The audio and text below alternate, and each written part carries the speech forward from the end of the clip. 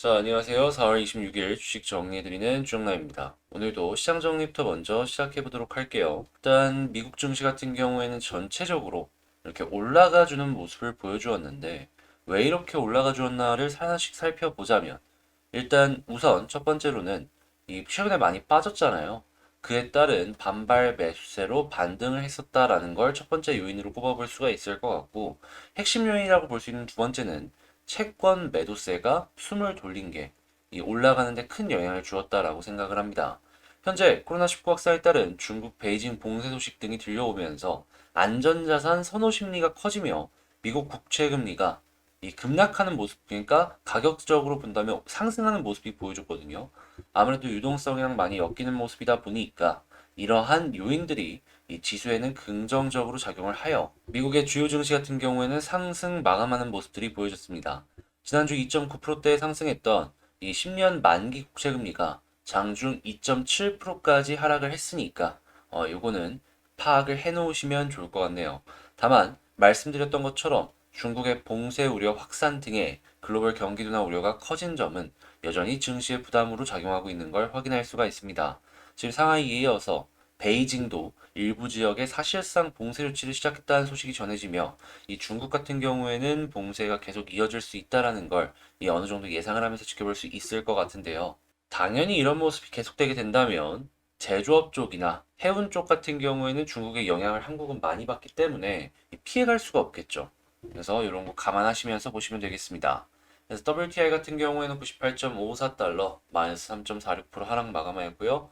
채권은 강세, 달러는 혼조에 금은 하락 마감하였습니다. 자, 그럼 뉴스들을 보면서 시장 한번 디테일하게 체크를 해보도록 하겠습니다.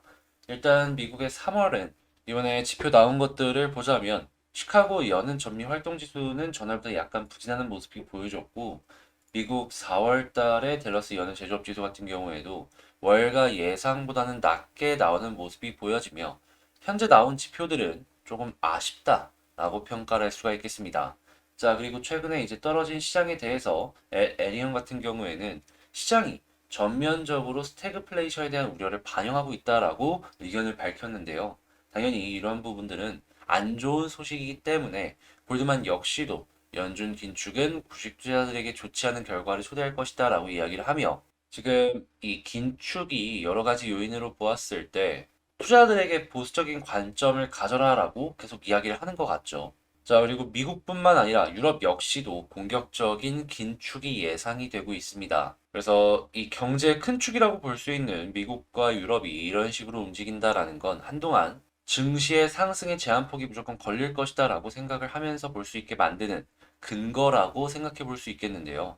정말 큰 대형주들 입장에서는 이러한 부분에 영향을 받아가지고 좀 상승의 제한폭이 걸릴 수밖에 없겠죠. 그래서 미국과 유럽의 경기 기조는 이렇다라는 거 파악하시고요. 자, 싱가포르 은행이 중국의 올해 경제 성장률 목표 달성이 난망이 되고 있다라고 이야기를 했습니다.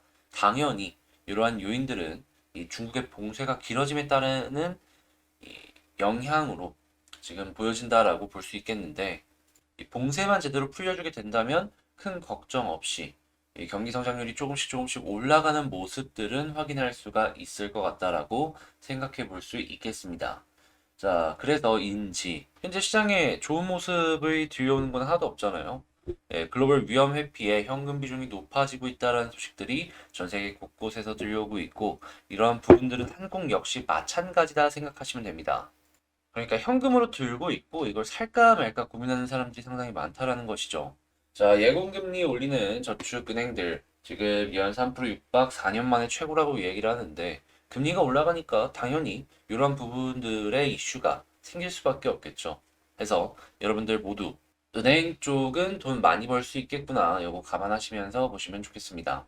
다만 은행은 좋지만 증권사는 쇼크가 오고 있다라고 하네요. 뭐 이건 당연한 거긴 한데 제가 증권사 같은 경우에는 계속 올해 초부터 말씀을 드렸죠. 거래 자체가 많이 줄고 그렇기 때문에 증권사마다 이 가격을 지키기 위해서 자사주 소각이라든지 아니면은 배당 비율을 높이고 있다. 자, 이게 실제로 실적 쇼크까지 현재 연결이 되고 있습니다. 증권사에서 주가를 지키기 위해서 진행을 하는 그러한 이제 전략들이 어떤 식으로 방어가 되어 줄지 요거는 향후 주가를 보면서 살펴보시면 좋을 것 같고요. 자, 중국 연쇄 악재에 의류나 화장품주가 주르르 떨어지고 있다라고 합니다. 자, 근데 이거는 반대로 생각을 해본다면 일단 의류나 화장품 같은 경우에 특히나 중국의 비중이 높다라고 한다면 이 중국 쪽의 봉쇄만 조금 해결이 된다라고 생각을 한다면 야, 이거 좀 풀릴 것 같댄다 라고 했을 때 들어가면 참 좋을 것 같죠. 중국 때문에 떨어진다면 중국이 해결되면 올라갈 가능성이 높으니까요. 그래서 이 FNF 같은 종목들 같은 경우에는 이 중국에 관심 있으신 분들, 그런 분들 위주로 한번 집중해서 지켜보시면 좋을 것 같습니다. 자, 이렇게 오늘 역시도 뉴스 정리 한번 싹 해봤는데 도움되었다라고 생각을 하시는 분들은 구독과 좋아요 한 번씩 눌러주시면 감사드리겠고요. 자, 방금 말씀드린 내용들 같은 경우에는 장 시작 전에 이렇게 먼저 올려드리고 있다라는 거. 이 텔레그램 방에서는 이 공부할 수 있는 내용들 역시도 여러분들 이제 보시기 편하도록 이렇게 올려드리고 있으니까 난 한번 같이 공부를 해보고 싶다. 혹은 이러한 시장 먼저 한번 보고 싶다라고 생각하시는 분들은 제 채널 커뮤니티에 텔레그램 링크가 있으니 그 링크를 통해서 들어와 주시면 되겠습니다. 자, 그러면 이 영상 도움됐다라고 생각을 하시면 구독, 좋아요 눌러주시고 본 내용, 그러니까 개별 종목 한번 보도록 하겠습니다. 이번에 가지고 온 종목은 HMM을 가지고 왔습니다. 야, 이 또 빠졌어요. 그죠? 이게 왜 이렇게 빠졌는지부터 하나씩 보면서 저는 이거 걱정할 필요가 없다라고 생각을 하거든요. 왜 이렇게 생각을 하는지 여러분들께 하나씩 안내를 도와드리도록 할게요. 이러한 내용이 있습니다. 제일 먼저는 1분기 실적이 곧 있으면 발표가 되는데 호실적이 기대가 된다. 근데 이제 여러분들께서 알아두시면 좋을 게 물론 해운 운임은 여전히 높은 수준을 차지하는 게 맞습니다. 근데 중국의 봉쇄가 생각보다 길어지고 있어요. 중국 쪽의 매출이 상당히 크단 말이에요. 한국에 안 그런 회사가 어디 있겠냐마는 근데 상당히 그런 모습이 보여지고 있는데 지금 수도로 보여지는 이 베이징마저도 일부 봉쇄의 모습이 보여지면서 와, 이거 잘못하면은 중국 대륙 전체에 올스탑이 보여줄 수 있겠다라는 생각을 우리에게 보여주고 있거든요. 그러다 보니까 실적이 조금 좋고 운임이 여전히 높은 수준인데도 불구하고 주가가 조금 떨어진 상황이다라고 생각을 하시면 될 것 같습니다. 이제 시장의 영향도 없지 않아 있기는 한데 종합적으로 봤을 때 현재 지금 그런 상황이다라는 거죠. 근데도 제가 왜 계속해서 이러한 뉴스들이 꾸준하게 나오는데도 걱정을 할 필요가 없다라고 말씀을 드리냐면 자, 저 사태로 지금 얘기가 나오는 게 뭐죠? 이 관련해서 이 공급망이 난이다. 이런 얘기들이 꾸준하게 전 세계적으로 나오고 있습니다. 부품이 없고 그리고 상품의 공급이 원활하지 못해요. 자, 그런 상황인데 만약에 중국의 봉쇄가 차근차근 풀린다라고 생각을 합시다. 그러면 어떻게 되겠습니까? 전 세계는 상품을 원해요. 그러면 그 상품의 수요를 좀 충족을 시켜주기 위해서 어떻게든 많은 물량을 뽑아내지 않겠습니까? 근데 배는 한정적이에요. 그러면 당연히 이전처럼 운임이 올라갈 가능성이 높은 것이죠. 공급은 그러면 공급과 수요의 원칙에 따라서 가격이 올라가갖고 다시금 HMM이 이렇게 쭉 올라갈 가능성이 높으니 시간이 조금 있다면 큰 걱정하지 말고 봐도 저는 괜찮다라고 생각을 한다라는 거예요. 다만 그 시기가 조금 더 걸릴 수는 있어요. 근데 지금 위치상으로 봤을 때 더 떨어진다라고 하더라도 걱정이 없는 게 회사의 실적 대비 HMM의 PER을 보신 분들은 있으실지 모르겠는데 굉장히 저평가되어 있습니다. 살펴볼까요? 자, 보면은 현재 작년에 실적이 5조였고 지금 올해는 8조 예상되고 있거든요. 피크아웃 우리가 생각한다면 그냥 5조로만 계산을 할게요. 자, 당기순이익이 5조인데 지금 시가총액 13조입니다. PER이 3이 안 돼요. 3 언더입니다. 3 언더. 뭔 소리냐? 지금 말도 안 되게 저평가가 되어 있는 상황이 요 위치다라는 겁니다. 그러니까 더 떨어지더라도 큰 걱정이 없는 거예요. 현금 있으면 더 추가 매수해도 저는 나쁠 게 없다라고 생각을 합니다. 떨어지는 족족 주어대면은 분명히 그 기다림의 결과는 플러스로 연결이 될 거라고 생각을 하니 말이죠. 그래서 요 자리가 되게 좀 팔면은 안 되고 메리트 있는 자리다라는 제 의견 여러분들 참고를 해보셨으면 좋을 것 같고요.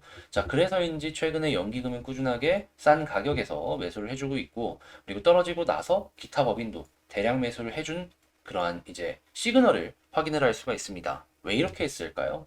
가격상으로 괜찮으니까 정말 크게 대량 매수를 한 겁니다. 자, 그리고 무엇보다 최근 들어서 개인들의 물량이 조금씩이나마 털리기 시작을 했어요. 이게 본격적으로 털리는 모습이 보여지기 시작을 한다면 외국인 이런 거 상관없이 올라갈 가능성 충분히 있다라고도 볼 수가 있을 것 같네요. 자, 그리고 매각 이야기가 본격적으로 되기 시작을 한다면 이 재평가 이슈도 분명히 있을 거거든요. 지금 워낙 저평가되어 있는 상황이기 때문에 재평가까지 진행이 되게 된다면 저는 최고점? 이 이상도 가능하지 않을까 싶은데 이건 나중에 그때 가서 다시 한번 살펴보도록 하고 일단은 요 수급과 회사의 상황 요것만 집중해서 보면 좋겠습니다.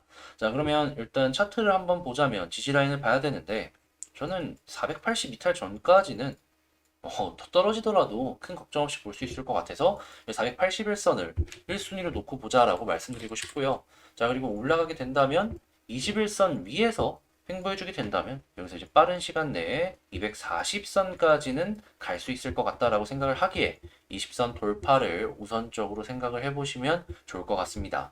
자, 그럼 방금 말씀을 드린 내용을 가지고 정리를 해보자면 더 떨어지더라도 여유롭게 보자. 자, 그리고 올라가게 된다면 20선 돌파하면은 그리고 자리 잡아주게 된다면은 여기서 480선까지는 1차적으로 한번 노려보자. 이렇게 말씀드리며 이 이상은 나중에 다시 한번 영상을 찍는다 정리를 하도록 하겠습니다. 자, 이렇게 HMM에 대해서 한번 싹 해봤는데 도움이 되었다라고 생각하시는 분들은 구독과 좋아요 한 번씩 부탁을 드리고요. 저는 다음에 더 좋은 영상으로 다시 찾아뵙도록 하겠습니다. 감사합니다.